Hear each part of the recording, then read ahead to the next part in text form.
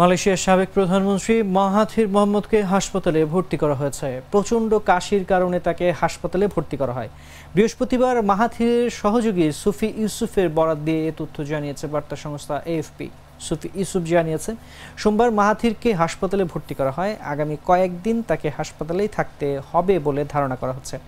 চলতি বছরের শুরুতে মাহাথির প্রায় ৩ মাস হাসপাতালে ছিলেন। আধুনিক মালয়েশিয়ার জনক ৯৮ বছর বয়সী মাহাথির দীর্ঘদিন ধরেই হার্টের জটিলতায় ভুগছেন।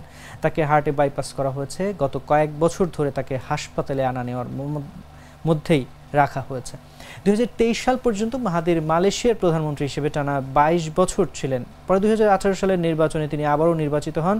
তখন ৯২ বছর বয়সে সংস্কারবাদী জোটের প্রধান হিসেবে প্রধানমন্ত্রীর দায়িত্ব নেন তিনি। কিন্তু রাজনৈতিক অন্তর্দ্বন্দ্বের কারণে ২ বছরও টিকতে পারেননি তার সরকার।